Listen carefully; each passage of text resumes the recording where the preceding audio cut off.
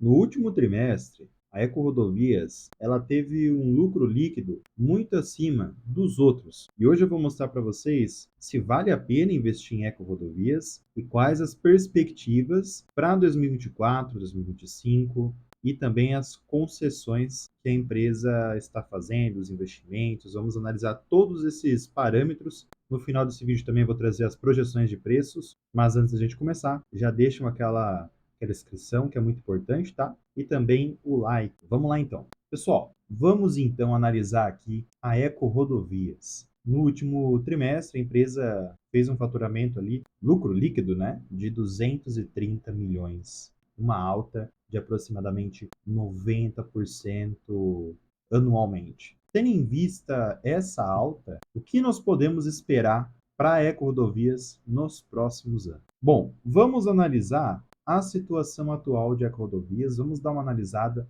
na situação da empresa, vamos compreender como a empresa trabalha, como a empresa faz dinheiro antes da gente analisar os fundamentos. Então, trazendo para vocês aqui a apresentação de 2023 de EcoRodovias, já atualizado com o terceiro trimestre, iniciamos aqui com a estrutura acionária da empresa. A principal acionista é a STM, é uma empresa, se a gente analisar aqui, é a segunda maior operadora de concessões rodoviárias do mundo e também com foco principalmente na Itália, no Brasil, no Reino Unido. Agora, conversando um pouco sobre a presença geográfica da EcoRodovias aqui no Brasil, galera, vejam que a maior região está centralizada na parte sul do país, pega até uma região aqui na parte central do Brasil, mas o foco principal é na região sul-sudeste, ok? Pegando uma parte do centro-oeste. Outra questão é que existem, no momento, 11 concessões rodoviárias que totalizam a 4.700 quilômetros quadrados. Comentando um pouquinho agora sobre os números dos últimos 12 meses de 2023, levando em consideração desde o dia 30 do 9, aliás, até o dia 30 do 9, temos aqui como receita líquida ajustada 5 bilhões, número bem considerável, um EBITDA ajustado de 3,6 bilhões, um lucro líquido de 581,2 milhões e mais de 5.500 e mais de 5.300 colaboradores. Certo, são números bem interessantes, principalmente também a quantidade de concessões até o momento estão bem interessantes, estão em crescente. E trazendo até para vocês aqui o crescimento da carteira, vejam que desde 2018 a empresa ela teve mais de 6 ativos nos últimos 5 anos. Então, eu foquei aqui na Eco 135, Eco 050, Ecovias do Cerrado, Ecovias do Araguaia, que já não é uma região sul-sudeste, estava focado, Eco Rio Minas e Eco Noroeste. Essas foram todas as concessões. Um ponto importantíssimo que pode trazer perspectivas positivas para EcoRodovias num futuro mais a longo prazo é que essas 6 concessões conquistadas nesse período que eu relatei representam 48,3% do EBITDA ajustado, galera. Esse tópico é muito relevante, pois os contratos dessas concessões, já já eu vou mostrar para vocês, são de longo prazo. Isso é um ponto muito positivo para quem gosta de manter uma estabilidade no seu faturamento, né? Querendo ou não, as concessões acabam gerando uma frequência nos pagamentos, né? Basicamente fica bem fácil localizar o faturamento da empresa. E dentre essas 6 concessões agora, já foram incrementadas um programa de transformação digital. Esse já é um programa que, na minha opinião, a maioria do povo não gosta, porque basicamente são os pedágios, pessoal, são as atualizações dos pedágios. Seria a inovação da cobrança de eixos suspensos de caminhões não vazios. Aqui está um exemplo de como funciona o sistema, tá? Também outro ponto, que aí já é bom para nós, caso você for investir na EcoRodovias, que é a questão de usinas solares até 2030 por completo. Isso vai gerar uma redução de custo nas despesas operacionais da empresa. Esse é um benefício muito interessante para a EcoRodovias, já que as despesas operacionais da empresa são um pouco elevadas, né? As concessões dependem bastante de uma estrutura bem elaborada, bem complexa. E até comentando um pouco agora sobre o portfólio da empresa, sobre o duration do portfólio, eu trouxe aqui para vocês analisarem os prazos de encerramento das concessões. Vejam que todas as concessões estão acima de 10 anos, sendo que algumas, no caso, as últimas contratadas recentemente, são de contratos bem mais longevos. E esses contratos podem trazer uma estabilidade para a empresa, coisa que a empresa não conseguiu nos últimos anos. O único contrato que está a vencer nesses próximos anos é o Ecosul, onde está com prazo de 2 anos e 4 meses. 2 anos, né? Já estamos chegando agora em dezembro. Um ponto muito interessante que eu gosto de verificar aqui é que todas as concessões novas que estão começando a aparecer estão vindo para longo prazo o encerramento. O que isso quer dizer? Basicamente, as novas concessões que podem vir a surgir nesses próximos investimentos até 2030 da empresa vai ser muito benéfica, pois vai gerar uma estabilidade no seu faturamento. E isso trazem lucros recorrentes interessantes. É bom para o investidor e possivelmente para pagamentos de dividendos. E trazendo até para vocês os drivers dos resultados, temos aqui algumas projeções que a empresa quer seguir no seu operacional. Primeiro seria o tráfego, onde o foco de corredores de exportação no agronegócio está sendo bastante estudado, pois é uma forma muito interessante da gente se proteger quando houver recessões do PIB. Já já eu mostro para vocês o porquê isso afeta a empresa. Outro ponto é a retomada da produção industrial, do turismo e do tráfego pendular. Esses três pilares podem trazer benefícios para a empresa. Outro aspecto seria os reajustes tarifários pela inflação e também o modelo de negócio atrelado e protegido pela inflação, coisas que nas últimas concessões não estava acontecendo. Isso afetou demais a empresa. Esses mecanismos vão ser muito benéficos para manter uma estruturação de ganhos nos lucros da empresa. No final, temos ainda aqui a busca por eficiência operacional. Isso vai se passar bastante, principalmente com relação aos gastos operacionais, questão de otimização. Temos também aqui a gestão de capex eficiente para maximizar o retorno. Basicamente é fazer belas aquisições de novas concessões, caso seja esse o objetivo da empresa. E dentro disso, está muito linkado a ter um contrato bem elaborado, uma proteção a crises, uma proteção à sua eficiência nos ganhos, questão de investimentos, de evolução, dos gastos, da manutenção, todo esse aspecto. É necessário ter isso nos próximos contratos. Um exemplo de que a empresa está trabalhando em cima disso foram essas últimas concessões. Elas vieram de forma bem interessante, bem organizada e já estão trazendo retornos interessantes, ok? Mesmo sendo por um período curto.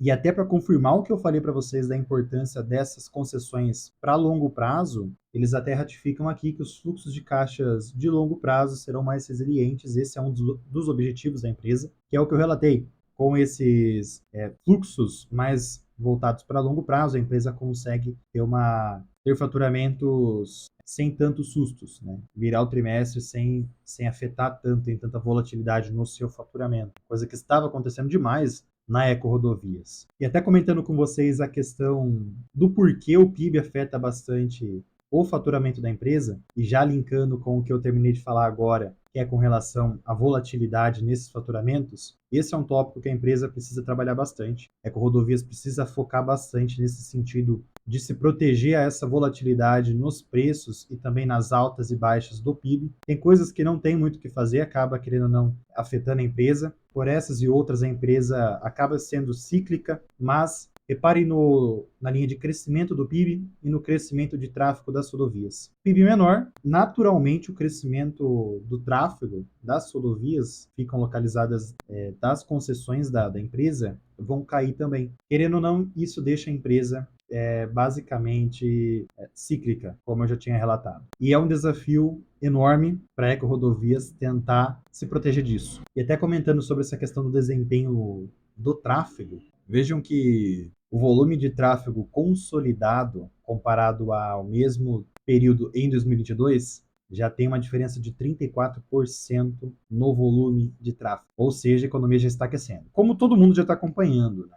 Esse ano aqui foi um ano muito bom para a Bolsa de Valores e também para o PIB brasileiro. A questão é que agora o governo está cada vez mais gastando essa política de colocar impostos onde não se deve, vai afetar demais a economia. Então a gente precisa ficar atento para as perspectivas futuras do Brasil. Porque, querendo ou não, essas mudanças vão acontecer, essa queda na economia pode vir a acontecer em coisa de 2 ou 3 anos, caso não seja organizado, não seja orquestrado, que eles parem de fazer esses gastos absurdos no governo. Vai voltar na economia. Esse é um ponto que nós precisamos ficar atentos, pois essas empresas que são cíclicas vão ser afetadas diretamente. Trazendo até para vocês com relação à divisão das concessões dentro da carteira da empresa, vejam que a maior porcentagem está focada ainda para ecovias dos imigrantes, 42% da carteira é dos imigrantes.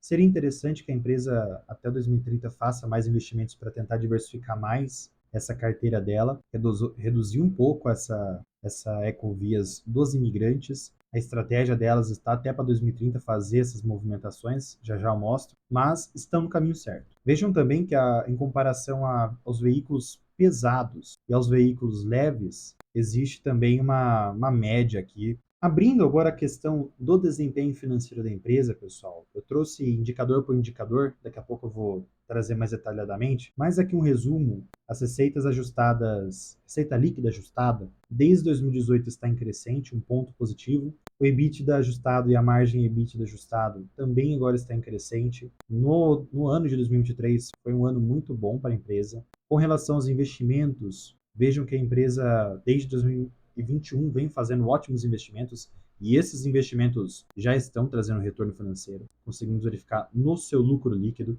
Mas para você ter esses investimentos, a dívida líquida e a alavancagem da empresa está elevada. Vejam como a empresa trabalha de forma elevada. Esse é um ponto muito ruim, eu não acho tão interessante. Porém, essa é a metodologia que a empresa desse ramo, dessa segmentação, trabalha. Sendo assim, é necessário essa alavancagem para fazer novas concessões. E até comentando um pouco sobre o CAPEX da empresa, sobre esses investimentos, foram feitas algumas entradas de concessões novas nesses últimos anos, que foram benéficas, e ao mesmo tempo já está sendo feitas devidas manutenções dentro dessas concessões, né? No momento que você pega a concessão, você fica responsável por manutenções, por ganhos, por gastos e tudo mais. Até comentando um pouquinho mais sobre as dívidas dessa empresa, pessoal, vejam que a alocação da dívida líquida está muito focado nesse ano, no caso, em concessões de rodovias e não apenas em concessões de serviços e infraestrutura e logística. Essas concessões vão trazer um retorno muito interessante para a empresa, tá?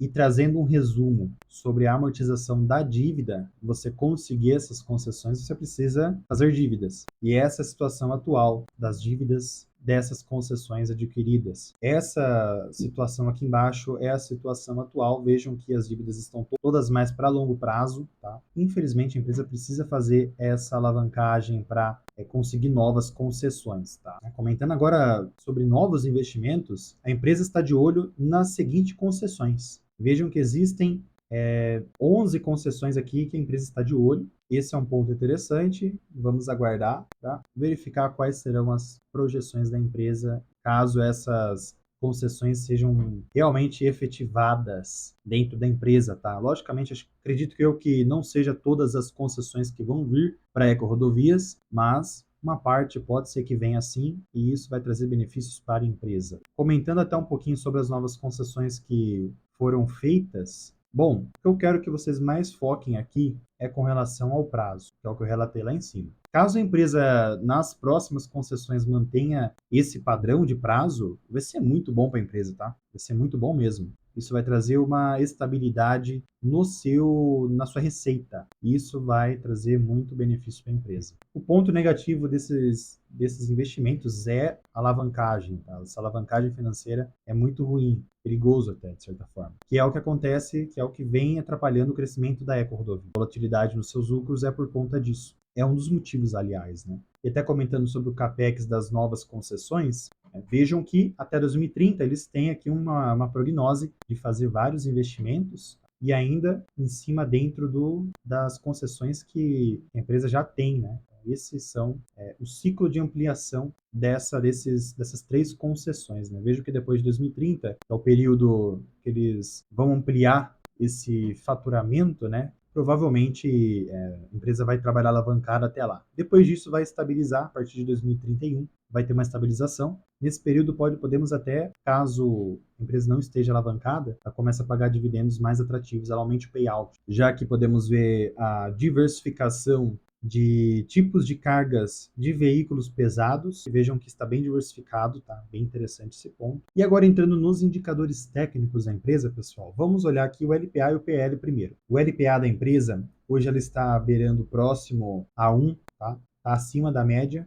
Nos últimos 3 anos, podemos ver que a empresa já conseguiu se recuperar do ano de 2020 e também até 2019. O seu PL atualmente já está acima da média dos últimos anos, tá? Mas é lógico que o ano de 2019 e 2020 comprometeu essa média, tá? O valor patrimonial por ação da empresa vem crescendo nesses últimos anos. O preço pelo valor patrimonial também está bem estabilizado. Trouxe até aqui, resumindo para vocês aqui, está bem estabilizado os preços. Não podemos levar em consideração o ano de 2020. O EBITDA da empresa tem crescido e o EV sobre o EBITDA atualmente está abaixo da sua média. Comentando agora sobre o dividend yield da empresa, pessoal, a empresa não paga bons dividendos desde 2018, tá? E o principal motivo é porque eles não querem pagar mesmo. Vejam aqui que o payout da empresa é quase zero, quase irrelevante. A empresa está passando por um momento de investimentos. Após isso,